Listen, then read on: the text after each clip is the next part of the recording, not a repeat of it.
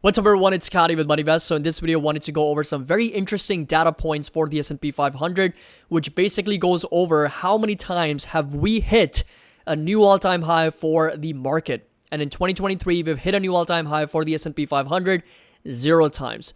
The amount of times we've hit a new all-time high for the S&P 500 in 2022 was also 0 times. And in this analysis is just backed by, a research study that was done by one of the asset managers, goes over what's the median gain the following year if the S&P 500 does not hit a new all-time high at all in a given year. So hope you guys enjoyed this video and find it helpful. If you do, make sure that you drop a like. Don't forget to subscribe and of course drop a like on this video. I would really appreciate that. And link to our Discord and Patreon is going to be down below if you're interested in joining, and of course getting that 16% annual discount that's available till the end of this month. And you get access to all the members-only private videos, our intrinsic value spreadsheets, our watch list, our trading view charts, and of course the early access to our MoneyVest Pro platform that's going to be launching in 2024. And you can also go to moneyvest.com to sign up over there as well. So this right here was the analysis. Our call of the day comes from the Chief Executive and Chief Investment Officer at the CIT Investment Associates, Roger Sit, who says, keep faith in big tech, but also be ready for the markets to soon spread beyond what he calls a magnificent 8. Meta, Amazon, Apple, Google, Microsoft, Nvidia, Tesla, plus Netflix as well. Now, we've done some analysis on Magnificent 8 companies, right? The correlation between these big tech companies with the S&P is really high. Over the last 1 year, it's been close to 0.9295. That simply means that, these stocks are pretty much driving the S&P 500 right now. On an equal weighted basis, S&P 500 is pretty much flat or down year to date. So it's had a very mediocre year. But it's these companies, it's these tech stocks that have really rallied in 2023 and that, of course, taken the markets higher with them. The path that begins with a slowdown and a short, sharp recession is what he's also calling for, Roger said. Tells MarketWatch in an interview that as he lists some concerns, waning consumer confidence and retail sales and rising credit card delinquencies. And we continue to think that we are now on the cusp of seeing a meaningful slowdown. And that's why our forecast is that we are going to see a recession at the tail end of this year and the next year lasting a couple of quarters. And so I think rates are peaking here. And rates, and of course, mild recession will spark a cut into interest rates from around 5.5 to 4.5%. Now, that's a very reasonable expectations, and I would somewhat also agree and be on the same page with them, kind of considering that, okay, rates are higher now, and going into next year, there's a possibility that these higher rates do end up rippling, sort of crippling the economy and rippling into some of the other parts of the market and the economy as well, where unemployment starts to go up, jobless claims starts to go up, and there's a possibility in economic contraction, and that leads to a potential recession, right? That's a very fair assessment considering where rates are, and we haven't really seen the 10-year treasuries, 20 to 30 to the long end of the curve, as high as it is in over 16, 17 years. So I think it's reasonable to assume that this is going to happen. That's exactly why I wanted to do a video yesterday going over looking past all the FUD, right? Because there is going to be some recession headlines. There is going to be some slowdown headlines. There's going to be headlines related to a lot of fear, uncertainty, and doubt.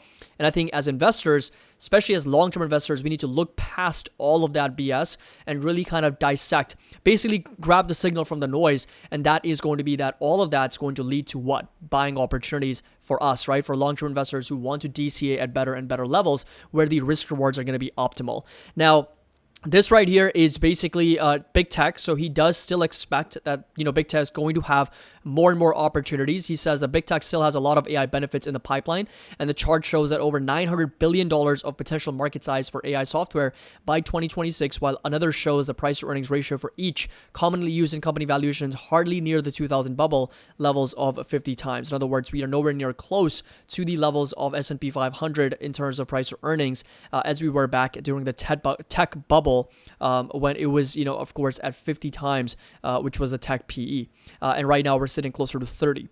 This right here is, again, the growth in artificial intelligence and more software-related services at over $900 billion, combined software services and hardware. So there's definitely a lot of potential opportunities still yet to be unlocked, according to this research. Now, this right here is the chart, which I think is going to be very interesting. The S&P 500 has had 0 record highs this year. It had 0 record highs last year. In fact, it's been 659 days since a new high has been recorded, right? Think about that for a second. 659 days since a new all-time high has been recorded from the S&P 500. And the table below shows that when there have been 0 record highs in a year, the following year's return have been good, up 13.1%. And when there have been over 35 record highs in a given year, the next year's median gain was just 5.8%. So this right here is the chart that they are referring to. And it's going to be very, very blurry. So I do apologize. It's not super clear. But what they are really talking about is that S&P 500 performance stat since 1928, right? So hopefully you guys can see the 1928 till 2022. 0 record highs leads to that particular year's median gain of 1.2%.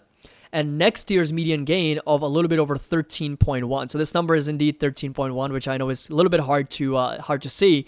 But records per year, if it's a little bit over 35, right, which is what we experienced, I guess, in 2021, there were very, very significant rallies and all-time highs pretty much every single week. Then the year's median gain, that particular year, obviously is super strong at 23%. Makes sense, right, because the markets are pushing higher, hitting new all-time highs pretty much consistently. And the next year's gain is at 5.8%, which is a lot lower. And, this is somewhat what we experienced. 2021 was significantly strong. 2022 was really brutal, although we didn't quite see a gain. We saw a negative year. And then 2023, we are actually higher. So there is definitely some skepticism here because, considering that we haven't hit a new all-time high, we're still up over 9%, 10% on the year. And this analysis does suggest that, okay, if you do see 0 all-time highs in a given year, the next year's median gain is even stronger at a little bit over 13%, which is going to be obviously higher than where we are at the moment. Now, there is going to be some potential concerns to that. Like, I can see how that is possible if there is a recession in the first couple quarters of the year, first half of next year, and the interest rates get cut substantially, inflation also starts rolling over. There's a possibility that towards the back half of next year, we do see some very nice recoveries and very nice rallies, and potentially the market's going to be in a strong footing in a lower interest rate environment, and that quantitative easing narrative is going to once again start to kick back in full gear, and technology and innovation stocks, there's a possibility that they start to rally back higher. But it's all dependent on the interest rate expectations, right? So a lot of the market's analysis now, I think, is going to be very, very, very macro driven, right? Earnings are going to be very important.